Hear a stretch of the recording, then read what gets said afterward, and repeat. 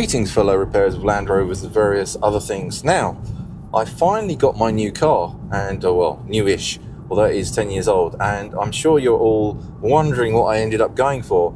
Now, I'm just going to explain that I did look at quite a few different options. I did want something Land Rover, Range Rover based, so I've actually ended up buying myself a 2015 Range Rover Sport, HSE, whatever it is, and it's actually very, very nice.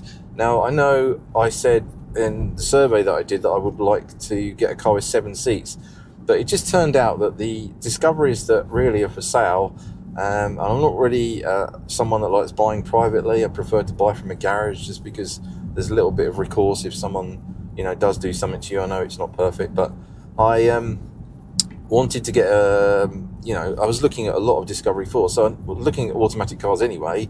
I kind of didn't really want to go to another Discovery 3 because I've had that one for 12 years and I felt like it was time to sort of have a slightly different car, and that's the thing.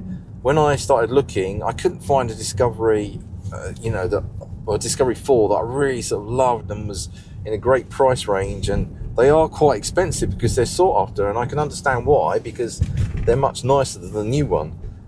So I kind of then sort of changed my mind and started looking at big Range Rovers, the L405s, and then I wasn't convinced by that just because I didn't really want the extra length. And then I'd never ever thought I would get a Range Rover Sport. Okay, here we're going to go for a little walk around of the car. This is the interior of a very nice looking Range Rover Sport L494. It's my new car. So nice leather in there. It's all in very nice condition. It's all looking good. Maybe it needs a bit of a clean. Not cleaned very well. It's got this lovely glass roof, which does make the car quite nice place to be in. General stuff. Like I said, it's been spec'd up a bit more. Heated steering wheel. That's that. That's the front. Oh, there's my broken vent that I said that I'd repair, which the garage got away with not repairing, but 10 quid on eBay. I'll try and do that soon. Lots of nice things. I mean, it's just age related. A bit of scuff down there, but again, this is 10 years old, so we've got a 10-year-old vehicle. See if we can get the zoom a bit better. So red Brembo clappers, again another thing that must have been spec'd up on it that I didn't really appreciate. It's got the xenon lights, nice kind of grey colour. Personally, I like the blacked out glass on the rear. It's got 21-inch wheels, again another thing I didn't know was spec'd up on it, but that's there apparently. This needs sorting out. Kind of just a stained kind of stained rear light, which is a common thing on these. Again, it's the rear of it with my privacy blanked out so that no one can find me.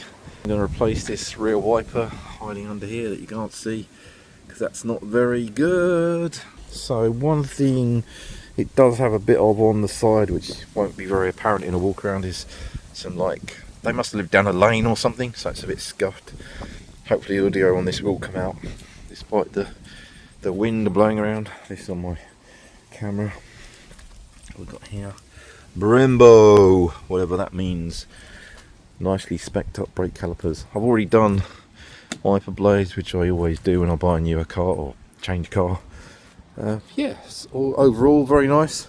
Few stone chips, but what you expect for a vehicle that is 10 years old. But overall, just a very tidy vehicle. It's got another sign of a good vehicle is properly maintained, correct tyres, which mean that someone's actually put on the right tyres for it and hasn't scrimped on those. So there you go. This is my new Range Rover Sport L494. Not something I'd ever really considered that I might own or buy, but on a fresh sunny morning at the end of October. So this is what's going to be in a lot of videos coming up. Just to say to all my followers and subscribers, I really appreciate you being on my channel and watching my content, and I love all the kind comments. And if you've got questions, I even like the ones that sort of ask me sort of say you've done it wrong. So I really like to learn. I like to know what's going on. So just want to really say that I appreciate you all and thank you for all of the comments and likes and shares. So what's it like to drive? Well, it's definitely different from driving a Discovery 3. The steering is different. I know it's got electronic assistance. That's the kind of thing they put on a lot of new cars now because of having the sort of lane assist stuff, which I think drags you back, which I'm not really a fan of. Fortunately, I don't think this has it. It does have a load of tech in it that the Discovery 3 didn't, which, I mean, take it or leave it. It's none of it's actually been too invasive. It's got a virtual dash, which it's all right. The only reason I would not go for a car with a virtual dash is if it didn't have dials. In this case, it gives you the dials, gives you a temperature display, and I'm kind of happy with that, and it looks fine. Just traditionally I prefer dials. It's got a pretty clunky multimedia sort of interface on the system, but other than that, it's kind of take it or leave it, isn't it? You're kind of going to use it or not. I could always still use my phone for navigation, which would probably be way superior, just because that's the nature of technology, isn't it? Never understand why manufacturers pack loads and loads of tech into a car. So we're going to be on a similar trajectory in terms of sensors. I suspect I've already looked at the OBD on my scan and found that there's like the door handle has got a failure on it for the keyless unlocking, which I've actually disabled because it's another function that I think is really useless and I don't want.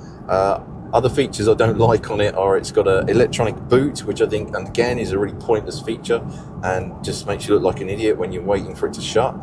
And that's the kind of thing. But what I really do like about it, it's got the nice 8-speed ZF gearbox, so it's automatic. It's a very quiet place to be. It's got, externally, it looks really good. It's got a great colour combination. It's got the blacked out rear windows. Managed to get like a car that was spec'd up. So I've got this kind of panoramic sunroof thing that I didn't expect to get in it, which doesn't come on the base of HSE from this time. What else are the really good things? I mean, the seats are lovely. It's very comfortable.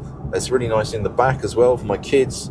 It's got screens in the back as well. I don't know whether they're any good for the kids. Not, again, the thing that I'd ever install in the car, but like I said, this must have been a demonstrator or something because it's been spec'd up. It's pretty fast compared to, obviously, a Discovery 3. It's got the 3-litre SDV6 engine. I know lots of people will be saying, well, you bought a car the engine's going to blow up in, but I guess we all just take a risk, don't we? And we get something. It has been well maintained. It's got the dealership stamps for 10 years. Whoever's had it has had it serviced regularly. And it's the oil changes that I always think are pretty important on vehicles like this.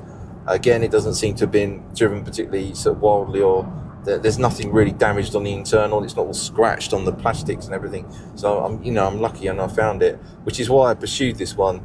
There are going to be things that are going to need doing on it. So, but just generally to drive, it's more responsive. You can tell because it's lighter. It just drives. It handles a bit better. It's aluminium, so that was another reason I wanted a lighter car. I just thought if I got another Discovery, it would probably just end up with the very similar things needing doing in the suspension, the front suspension arms, because I'd be looking at like a 2014, maybe earlier, 2013 Discovery 4, which also, again, it's like you're just getting into all the same problems that I fixed on my other car. This has got aluminium suspension and the aluminium body.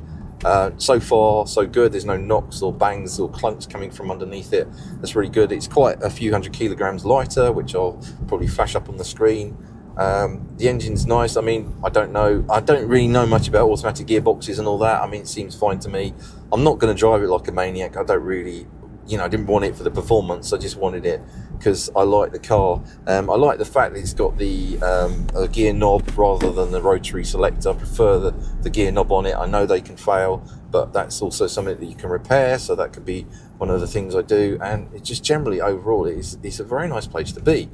It's high up, like the other car. I think it's a couple of centimetres lower, and also it's the same length as a Discovery, so we haven't lost sort of the boot or anything. And also, the driving position's great, which is what I really love as well about Land Rovers and Range Rovers, is that you've got this sort of command sort of driving position so that you can see everything that's going on and you get a really good view. So I'm not going to lose that.